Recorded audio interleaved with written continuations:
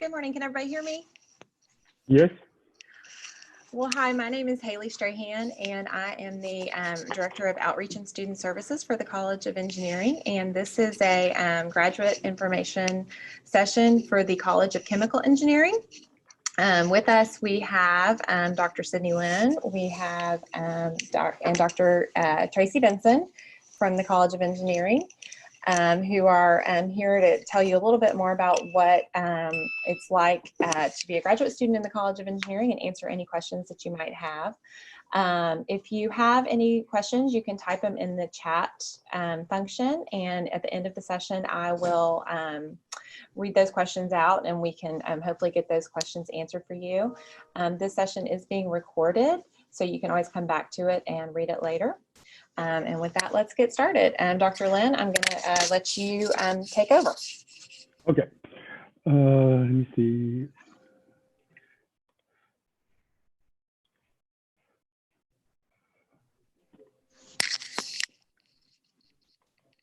Hello, everyone. Can you see the PowerPoint from your screen? Yes, we can. Okay, good. Okay, my name is Sidney Lin. I'm the graduate coordinator of Chemical Engineering Department. Today, I'm going to give you a very brief introduction of our department. Here's my phone number and my email address. If you have any questions after the presentation, please feel free to contact me. And you can also find information of our graduate program by this website, okay? And Lamar University, located in the southeast of Texas. We are basically surrounded by many refineries and chemical companies. The university was founded in 1923, and we became one member of the Texas State University system in 1995. Currently, the university has more than 15,500 students. We have 6 colleges, 96 undergraduate programs, 50 master programs, and 8 doctoral programs. Among these 15,500 students, more than 5,000 of them are graduate students. So we have a very strong graduate program. And the university has a very beautiful campus. And besides the hard working in your degree pursuing, you are going to find the student life on campus is very colorful. For example, you can meet your friends, go to lunch, dinner together in the CSS Student Center. You can use our library to study, to find the information needed for your research.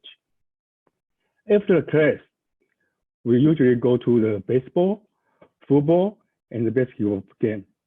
So the student life is very interesting at Lamar. You may have asked yourself, why should I come to Lamar Chemical Engineering Department? The answers are pretty simple and straightforward. First, our college produces very good graduate students, which is known for many industries. And also, our faculty members and staff are here to help you. Second, the university provides very competitive, very good scholarship and financial assistance. And I believe that will help you to go through your 4-year, 2-year studies to reach your degree. And the last reason is the one I just mentioned. We are in the center of the industrial area. There are so many companies are our friends. So many of our students, they have intern or co-op opportunities before they graduate. So that means they have already built up good relationship with companies, and that helps them to find a job after they finish their degree. Currently, our department has 13 faculty members. And you can see from the faculty list, many of them are from other countries. So we understand the diversity of the world cultures, and that makes our students feel they're coming to home. when they study. And our research area covers from material science, like what I'm doing, bio, environmental, sustainability, process control, modification. So basically, we are very practical. We can do work for the industry, but as well as we can do some very basic fundamental research. Our department offers both master and doctoral degree. The master degree can be either Master of Engineering, we call it ME, or Master of Engineering Science, we call it MES. Our program is top in the nation. For example, from the American Chemical Society publication, CNE News, our program was ranked number 2 in the whole country in the year 2006 and 7. And in 2008 and 2009, we are ranked the top, number 1 in the whole country. So now you should have a feeling about how strong our program is. To be admitted to our master program, you should have a bachelor degree in engineering with a GPA greater than 3.0. And usually we request students to send us the GRE score, but because of the COVID-19 situation, GRE score is waived at this time. Okay, only for this summer and fall semesters. So it's a good time for students who didn't have a chance to take a GRE to apply for our master program. And if the English is not your mother language, then we ask you to submit your IELTS or TOEFL score.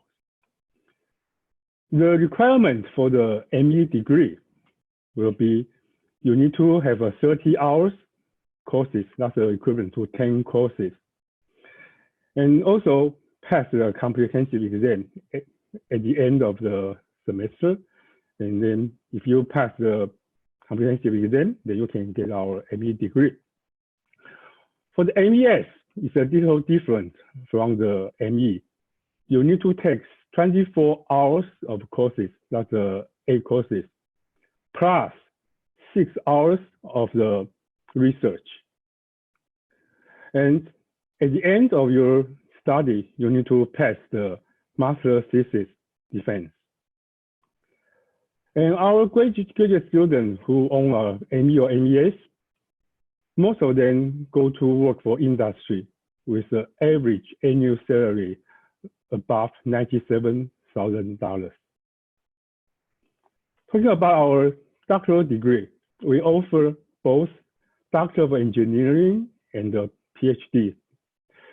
And for the Doctor of Engineering, the requirement will be you need to have a degree, a bachelor degree from engineering or a master degree. So starting from where you join Lamar with what degree, your study, the curriculum plan will be different. But you need to have a GPA for undergraduate or graduate higher than 3.0. Again, at this time, we waived the GRE score because of COVID situation. Okay, you also need to send us a reference and your personal statement. To receive a DE degree, you need to take 27 hours of a course if you already have a master degree. If you don't have a master degree, you have a bachelor degree, then 45 hours will be needed. And also you need to take 4 semesters of a professional seminar. After you finish all the courses, you can take the qualified exam to be a resident, to become a candidate for the DE. And after that, you need to take 30 hours of research and then pass your dissertation defense. If you go through all the procedures without any problems, then you get your doctorate degree. For the PhD, that's a second doctorate degree we offered in our department. This one has a higher admission standard. And for GRE, for GPA, you need to have a 3.0 for your undergraduate or a graduate GPA higher than 3.5. And we do ask you to submit your official GRE score. This one, for our PhD program, GRE score is not waived. You need to have a verbal plus quantitative higher than 308, okay? And also, you need to have a reference, personal statement, and also TOEFL or IELTS if your mother language is not English. After you are admitted for our PhD program, you will need to take 70 hours courses, okay? That includes some core courses, elective courses, and the research course. And of course, you need to take a professional seminar. After that, you can take the qualified exam and then propose your research proposal. So you are going to complete the 18 hours the dissertation courses before you have the dissertation defense. So usually our PhD students, they can find a job pretty easy after graduate. And so far, the average annual salary for our PhD students is about $125,000. And here are some examples of the company and the research institute our graduate students work for. From this, yes, someone has a question? Okay, from here, you can see most of our students work in chemical companies or refineries. They also work in national lab. And the area for this company covers from chemical, refinery, biomedical, also a lot of design companies. We cover, especially Texas is an oil and gas state. So our students work from the upstream, middle stream, downstream, and so on. So you can find out our students are all well prepared for their career. So what's next? If you are interested in our program, please take a look of Apply Texas and apply online, okay? If you apply online, to make sure that your file will be complete as soon as possible, please schedule your university or any other institute to send us the official transcript, okay? And depends on which program you are applying for, you may need to send us a GRE score. What that means, if you are going to apply for a PhD, then please send us a GRE score as soon as possible.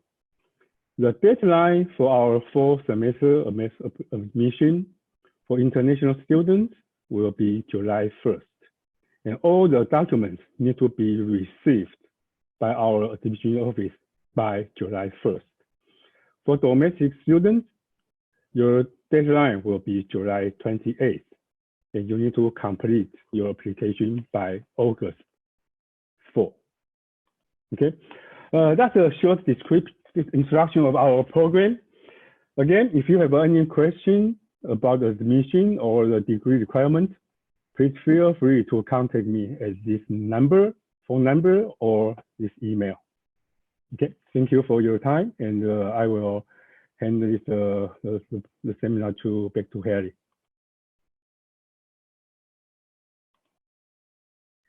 Thank you, Dr. Lynn. And now I think we have Dr. Benson, who is going to tell us a little bit about his research in the chemical engineering department.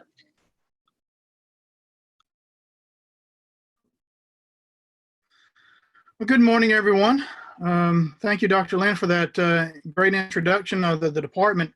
I'm going to spend a little bit of time talking about the specific research that I do. For lack of a better name, I'm calling it this morning the Benson Research Group. I've been at Lamar now for 11 years, and initially I started in heavy biofuels and conversion of lipids, feedstocks, and so forth to usable fuels and chemicals. And so I had developed this area of expertise in catalysis and reaction engineering. And what you can see here in this diagram here is basically the development of nano-sized particles onto a catalyst support. In this particular example here, we have nickel, and these are in about the 30 to 50 nanometer size. We produced these in our lab with this. If you see the picture here on the right, this is a kind of a complex way of doing it using reverse micelles. And the setup here is kind of like a slink flask setup where it's an oxygen-free environment. And then the conversion, the reactions themselves occur in this setup here on the lower right-hand setup. And initially, this was all set up for biofuels.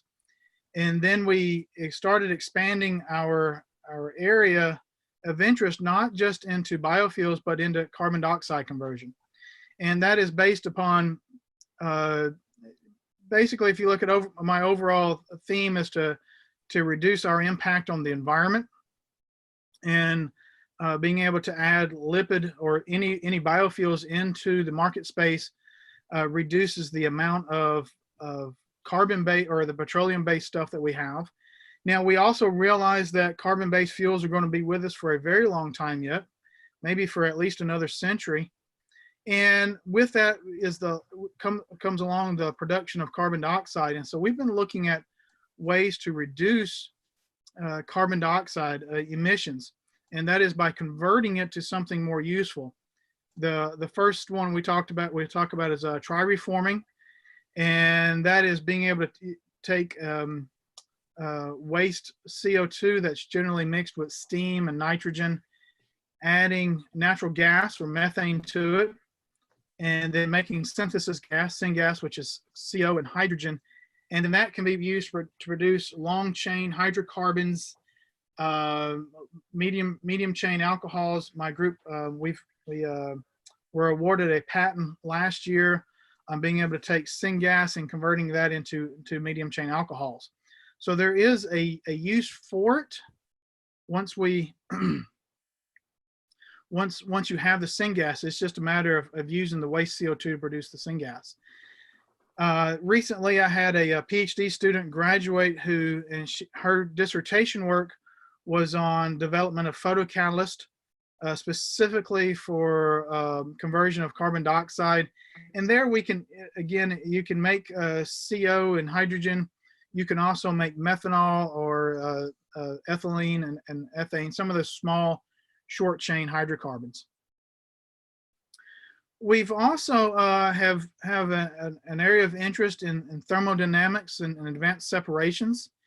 In the top left of the screen here, this is a setup that we currently have going on in our lab. This is using ionic liquids to remove hydrogen sulfide from natural gas streams. So when you pull natural gas out of the ground, it oftentimes has hydrogen sulfide.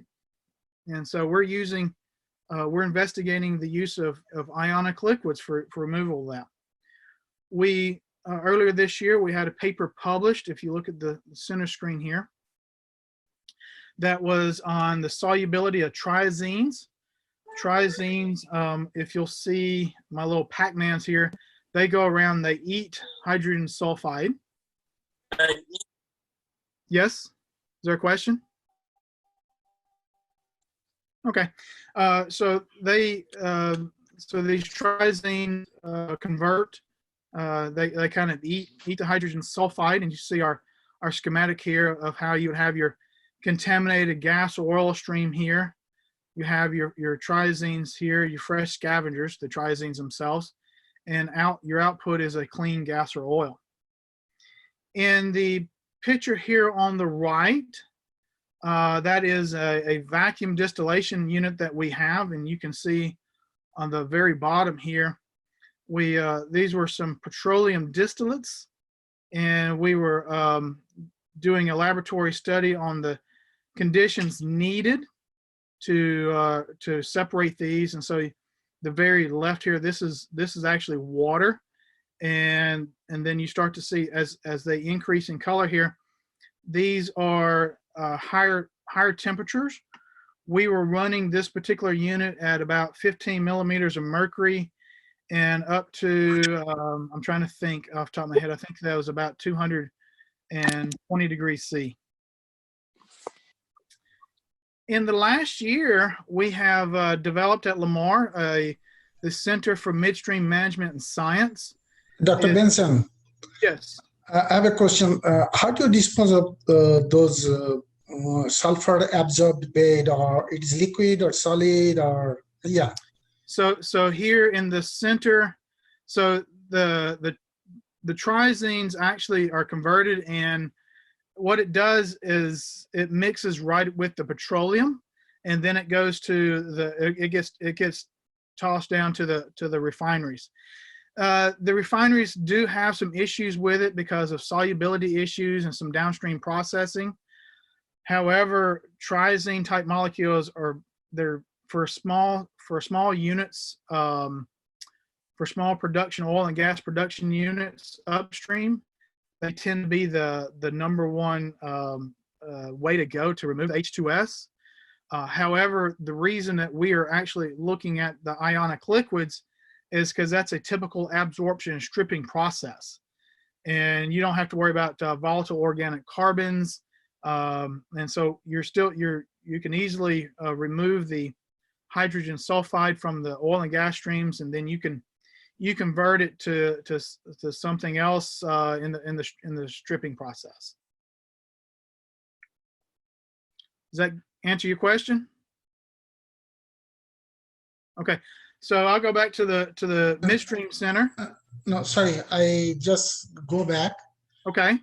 So is that it ends up in the fuel gas system in the refinery if you are mixing up with the crude oil and goes for processing again?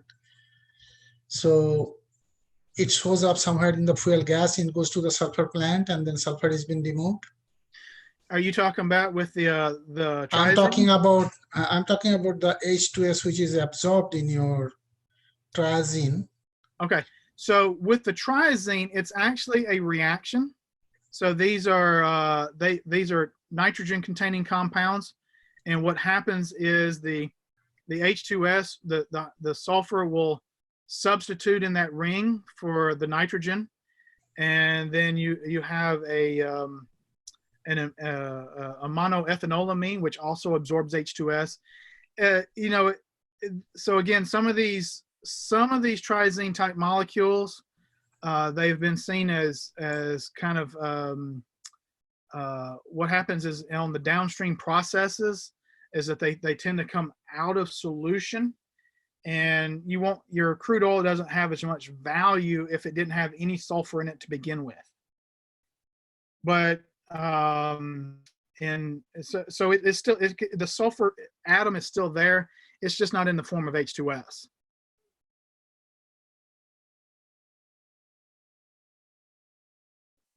Does that help you? So I think we're gonna ask everyone to ask questions in the chat going forward, just so we can kind of keep it on track, and but we will get to everybody's questions. Okay, thanks.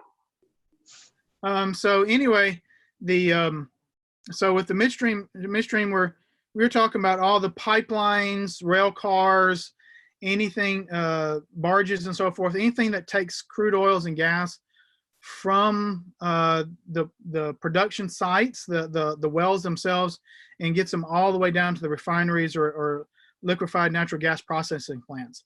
So some of the things that we're looking at is using drones and infrared cameras and laser cameras to investigate leaks that are along the pipelines. We're looking at development of anti-corrosion films that we can put inside them.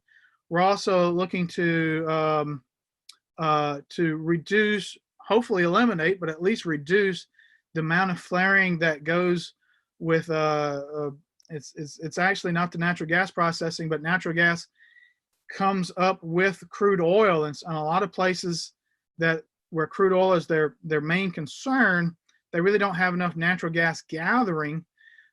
So what they do is they just flare it.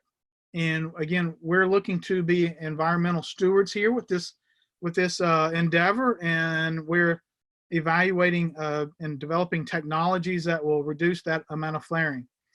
One other thing that I will say just quickly, because I know my time is coming to an end here, is along with the crude oil and natural gas is something called produced water.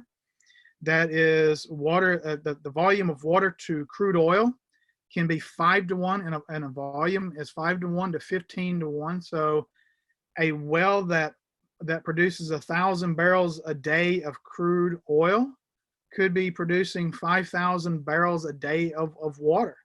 And the question is what do we do with that water? Are there things that we can pull out of that water? We know that there's a lot of salts and hydrocarbons that are in it. Can we upgrade it and have value added and maybe be able to direct that water to the land itself? But that in a nutshell is the research work that I've been working on for the last 10, 11 years, and looking forward to another 20 or 30. And with that, I will turn it back over to Haley. Thank you, Dr. Benson. And it looks like we have Dr. Jeffries that joined us. So Dr. Jeffries, would you like to tell us a little bit about your research?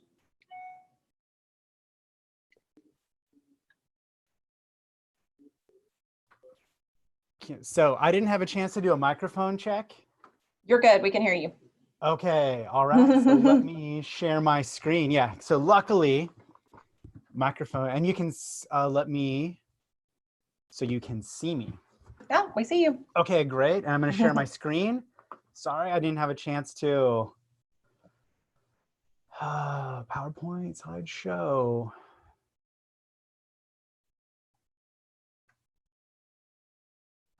I'm hoping. Am I still there?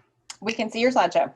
Okay, great, because I cannot, but I will go through it. So my presentation is going to be a little bit more, let's call it overview of my research than what Dr. Benson did. He was very specific and talked about his research in a lot of detail. I'm just going to talk more about the general themes of research that I've been doing and the direction where it's going.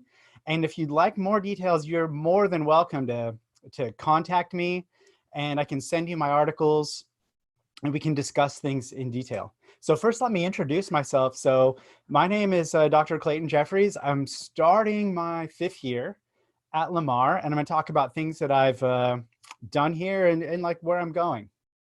So first, my particular research focus can be kind of described here. So I've got this sort of continuum here where let's call green as bioprocess research and red as materials research. And so my research kind of lies at the end of bioprocess and where bioprocess starts to impinge into the realm of materials. So specifically, what I've looked at is number one, towards the pure bio side, is exploiting biological systems as production platforms for biomolecules and fine chemicals. Okay, and I'll got a slide where I'm going to explain exactly what I mean there. And then where in the past year and a half, 2 years, I've really moved more heavily into these last 2 bullets. And so that's the biological production platforms for producing materials. So I'm going to talk about a little bit about how I use living systems to make we'll call them some nanomaterials and some things that can be called nanofluids. And then also I've got some research where I'm looking at using biological molecules with some rapid synthesis routes to make new types of materials. Okay, so first let's look at things that are more pure bio. And this is, I really, really like this research. And so I'm trying to move my way back into it. So it's where I was and I got a little bit out of it. And now I'd really like to pursue more research here. If anything bioprocess is of interest to you, contact me. So where I've worked before in this area was in bioreactor design, bioreactor modeling, designing biological processes to produce high value chemicals, these kinds of things. I'm also really trying to look at using biological platforms to convert wastes into value products. So that's really where one of the directions that I'm trying to go right now. And so I actually have a little undergraduate project that's funded currently, where we're looking at doing just that. And I've got a proposal out on that too. So hopefully this can become a real substantial project. And anybody who wants to talk about that with me, you know, I'm sure they're going to give you our contact info. So then as we move a little bit towards materials, now I'll tell you a little bit about using biological platforms to produce materials. So I've got a series of articles that I did with one of my graduate students who just recently graduated, where we were using algal cell culture. So that's algae in phototrophic systems. So that's where you're just using CO2 and light and metal salts as inputs to make some metallic nanomaterials. And what we've done up to now in these series of articles is we've kind of determined the phenomena of how the material gets made. But what's still a missing piece here that I'm still pursuing, that would be a project for a future graduate student, would be really the engineering kind of stuff. So this was really sort of chemistry, analytical chemistry, materials characterization work. Would be really interested in scale up, modeling, increasing production, optimization. The engineering work is really, I mean, I went into engineering because I think that's the coolest part, is kind of what remains on this work. So that's definitely a potential project for a graduate student.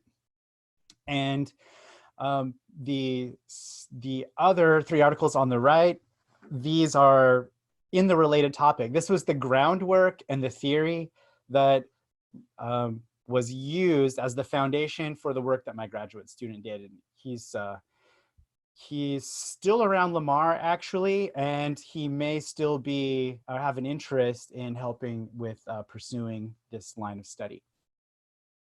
So then the last line of research that I was talking about is using biological molecules with some other kind of more unconventional synthesis routes to make nanomaterials. And so this work was also done by a couple of my graduate students that graduated last summer. And there's definitely directions that this can continue to go. And so this turned out into some really nice work, actually, where we were using really what we call green chemical methods. So we just used biological molecules, aqueous solutions, high energy efficiency synthesis routes to make some new kinds of materials. And this got published in some pretty decent journals and got a lot of reads. Actually won us a little award for reads. So that was pretty good. So I'm particularly proud of that. So currently, these are current things that are going on right now. So one of these is the use of polysaccharide photobioreactors to produce stabilized nanofluids. So this would be what I talked about, building upon the series of studies, or the series of studies that was done by my graduate student, making the nanomaterials from the biological platform. So here is where we would continue that with scale-up modeling, the engineering, optimization, and things like that. So then what's going on still is the bioreactor conversion of agricultural waste to high-value biomolecules and feeds. So that is actually something that's going on in my lab right now. I'm going to be out of students on that pretty soon because they're going to graduate and we'll need someone to continue it. And then I have one other study that was done, started last summer with an industry partner. And this study currently is out of students also. So it's looking for labor if you're interested in this. And this would be demulsifier-free methods for water, oil, and water petroleum demulsification. So I can't talk a lot about this right now because well, I'm just not at liberty to say too much about it. I can speak about it in general terms, but one expense that is extremely substantial, let's say in petroleum processing and even in wastewater treatment and these types of things, is anywhere you have water oil mixtures, petroleum water mixtures, and they're in an emulsion and you need to separate them for further processing. It's really a tremendous amount of money to buy all the required demulsifier. So I'm working on some demulsifier-free methods to separate that quickly and cheaply. So in one last thing, and I'm sorry I missed the beginning, but Sidney may have talked about job prospects at Lamar. So one thing that if Sidney didn't talk about it is that students here have done really well finding jobs. And so I am currently, here's a list of people that have worked in my lab before. And everyone who's worked in my lab before is currently employed. Employed in industry with the exception of one student who went on to a PhD program at a different school, one of my master's students. Everyone else is employed. I guess not everyone is employed in industry. One of my students is working at a national lab right now, but I know he had a interview this week to go to someplace in industry. So everybody has got jobs that they're happy with.